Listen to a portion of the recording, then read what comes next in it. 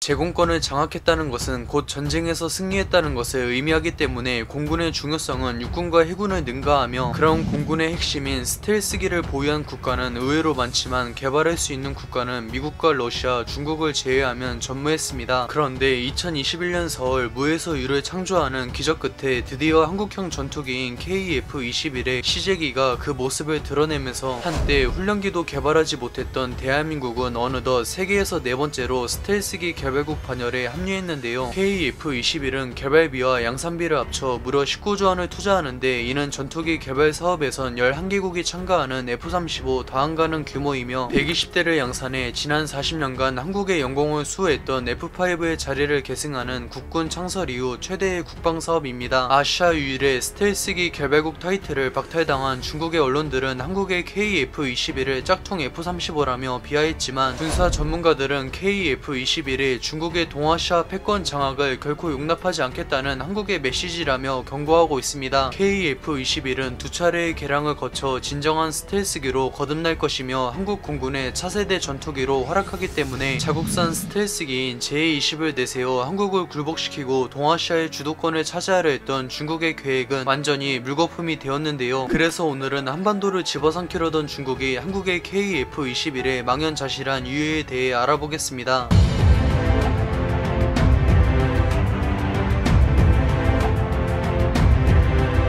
현재 한국 공군과 개발사인 카이에선 KF-21을 공식적으로 4.5세대 전투기라고 언급했지만, KF-21은 스텔스기의 필수 요소이자 상징인 내부 무장창을 탑재하기 때문에 해외 언론들은 스텔스기로 평가하고 있는데요. KF-21은 블록 1에선 공대공 전투만 가능한 반쪽짜리 전투기이지만 블록 2에선 공대함, 공대지 작전이 가능한 완전체이며, 최종 단계인 블록 3에선 설계를 통해 공간을 미리 확보해둔 내부 무장창을 탑재하여 진정한 스텔스기로 거듭날 예정입니다. KF-21은 이미 동남아의 맹주인 인도네시아가 현지에서 라이센스 생산하는 조건으로 50대를 도입하기로 결정했으며, 돈은 넘쳐나지만 동맹국이 아니기 때문에 F-35를 도입할 수 없는 중동 국가들도 한국판 F-35인 KF-21에 큰 관심을 보이고 있습니다. 현재 한국이 속해 있는 동아시아는 미국, 유럽과 더불어 세계 3대 경제권으로 군림하며 그 위세를 떨치고 있지만, 동시에 한중일 3국의 군비 경쟁과 영토 분쟁이 너무 치열해 제3차 세계대전의 시발점이 될 것이라는 불명예를 얻기도 했는데요. 1990년에 발발한 걸프전은 전쟁의 승리를 이끄는 병과가 더 이상 육군이 아닌 공군이라는 것을 증명한 전쟁이었으며, 현재 한국은 아시아 최강의 육군을 보유했지만 종합적인 군사력, 특히 공군에선 중국에게 명백히 열세입니다. 세계 8위로 평가받는 한국 공군은 아시아에선 중국과 인도 다음가며 일본 공자대와 우위를 가릴 수 없는 막강한 전력을 보유했지만, 예산 문제 때문에 노후화가 심각한 F4와 F5 같은 구식 전투기를 아직도 운용하는 것이 약점으로 지적받고 있습니다. 중국 공군은 한국의 3배 가까이 되는 1000대가량의 전투기를 보유했기 때문에 물량에서 압도적인 우위를 점하고 있으며, 이미 자국산 스텔스기인 J-20을 개발해 한반도를 담당하는 북부 전구에 배치했기 때문에 한국으로서도 결코 무시할 수 없는데요. 이에 한국 공군은 물량의 열세를 압도적인 질적 우위로 커버해 중국 공군에게 큰 피해를 강요한다는 전략을 내세우고 있는데, 앞서 언급한 걸프전에서도 미 공군은 물량에서 열세였지만 F-15 같은 최신 전투기들의 맹활약으로 전쟁을 승리로 이끌었습니다. 현재 한국 공군의 주력인 KF-16은 2020년부터 최신 사양인 V형으로 개량을 진행해 이미 절반가량을 완료했으며, 한때 아시아 최강으로 군림했던 F-15K를 4.5세대 최강이자 스텔스기의 대항마인 F-15EX로 개량할 예정입니다. 한국과 중국은 지리적으로 매우 가까워 양측 모두 방공 레이더와 하늘의 관제탑인 조기 경보기의 도움을 받을 수 있기 때문에 스텔스 능력은 진가를 발휘하지 못하며 전자장비와 무장으로 평가받는 공대공 능력에 따라 양측의 운명이 갈린다고 볼 수 있습니다. 당장 중국 육군은 스텔스기 킬러라는 별명을 보유한 러시아의 최신 지대공 미사일 그롤러를 북부 전구에 배치했으며, 한국도 그롤러의 기술을 이전받아 개발한 천공을 보유했기 때문에 한반도는 스텔스기의 무덤이라고 해도 과언이 아닌데요. 이런 전장 환경을 반영해 KF-21 KF-21은 공대공 전투의 핵심인 레이더에서 F-22가 탑재한 APG-77과 동급의 A4 레이더를 탑재했는데 아시아에선 견줄자가 없으며 그나마 현존 최강의 전투기들인 러시아의 수호이 57이나 미국의 F-22가 나서야 우위를 장담할 수 있습니다. 미국은 한국 공군이 중국을 상대로 최소 500대의 4세대 이상 전투기를 보유해야 한반도의 제공권을 지킬 수 있다고 평가했는데 기존 전투기들과 비교해도 압도적인 공대공 능력을 보유한 KF-21은 120대가 4세대 전투기 300대의 가치를 보유했습니다. 거기다 2030년대부터 초기형을 시작으로 퇴역을 진행할 KF-16 130대를 대당 700억대에 불과한 KF-21로 대체할 예정인데 만약 한국 공군이 300대 이상의 KF-21을 도입한다면 세계 5위의 전력을 보유하게 되는데 이는 중국에겐 끔찍한 악몽입니다. 중국은 세계의 중심이 자국이라는 중화 사상을 내세워 미국을 몰아내고 초강대국으로 올라서려는 야심을 품고 있는데 그러기 위해서는 미국의 대중 포위망을 돌파하고 태평양으로 진출할 수 있는 한반도의 점령은 선택이 아닌 필수입니다. 거기다 한반도의 주도권을 잡고 있는 한국은 아시아 최강의 육군을 보유한 세계 6위의 군사 강국이며 미국의 동맹국이기 때문에 자국의 안보를 중시하는 중국에게 한국과의 군사적 충돌은 언젠가는 벌어질 수밖에 없는 숙명이라고 해도 과언이 아닙니다. 걸프전에서 미 공군이 전쟁을 승리로 이끌자 이에 자극받은 중국은 자국 공군의 전력 증강을 진행했지만 독자적인 전투기 기술력은 미국과 러시아에 비하면 한 수 아래이며 지금도 주요 기술은 동맹국인 러시아에게 의존하고 있는데요. 애초에 한국이 미국의 기술 이전 거부에도 불구하고 고작 10년 만에 국산 전투기를 개발하여 전 세계를 경악시킨 반면 중국은 타국의 전투기 기술을 무단 복제해 개발하기 때문에 성능과 신뢰성에서 높은 평가를 받지 못하고 있습니다. 중국은 한반도를 담당하는 북부 정부에 전력을 집중 배치했으며 유사시 2차 한국전쟁이 일어날 경우 북한의 선제 공격으로 전쟁이 발생해도 한반도에 개입해 무슨 수를 써서든 한국을 점령하는 것을 목표로 삼고 있습니다. 중국의 군사 전문가들은 2차 한국전쟁에서 공군의 역할이 절대적이며 한반도의 제공권만 장악하면 중국의 승리가 확실하지만 중국의 영토가 넓어 전력이 분산되어 있기 때문에 중국 공군의 절반 이상을 투입하는 것은 불가능하다고 강조했습니다. 이에 중국은 한국 공군과의 질적 열세를 극복하기 위해 준수한 성능을 보유한 아시아 최초의 스텔스기 J-20을 개발했으며 중국 공군은 100대에 불과한 J-20을 전부 북부 정부에 배치해 한반도의 제공권을 장악하기 위한 비장의 카드로 내세우고 있습니다. 그러나 한국이 실패할 줄 알았던 KF-21의 양산에 돌입하면서 중국에겐 전혀 예상치 못한 변수가 발생했는데 KF-21은 공대공 능력만큼은 5세대 전투기들한테도 전혀 꿀리지 않기 때문에 중국의 J-20으로서는 결코 우위를 장담할 수 없는데요. 무엇보다 KF-21은 미국의 F-15EX와 러시아의 수호이 35 등 소수의 최신 4.5세대 전투기들만 보유한 IR-ST를 탑재했는데 IR-ST는 레이더가 아닌 적 전투기의 열기를 탐지해 추적하기 때문에 J-20의 스텔스 능력을 파해할 수 있습니다. 즉 KF-21은 J-20을 포함한 중국의 모든 전투기들을 상대로 우위를 점할 수 있으며 최소 200대 이상을 양산하기 때문에 설령 전쟁이 벌어져도 모든 전력을 투입하지 못하는 중국 공군을 상대로 한반도의 제공권을 사수할 수 있는데요. 중국은 육군에서 한국에게 열세이기 때문에 제공권을 장악한 공군과의 협력을 통해 한반도를 점령한다는 전략을 내세웠는데 한국이 국산 스텔스기인 KF-21을 개발해 성공하면서 한순간에 물거품이 되었습니다. 주변국들의 견제와 방해에도 한국은 끝내 무에서 유를 창조하면서 KF-21을 개발해 성공했으며 대한민국 건국 이후 국군이 그토록 꿈꿔왔던 자주 국방은 KF-21의 등장과 함께 더 이상 꿈이 아닌 현실로 다가왔습니다. 시청해주셔서 감사합니다. 즐거운 저녁 보내세요.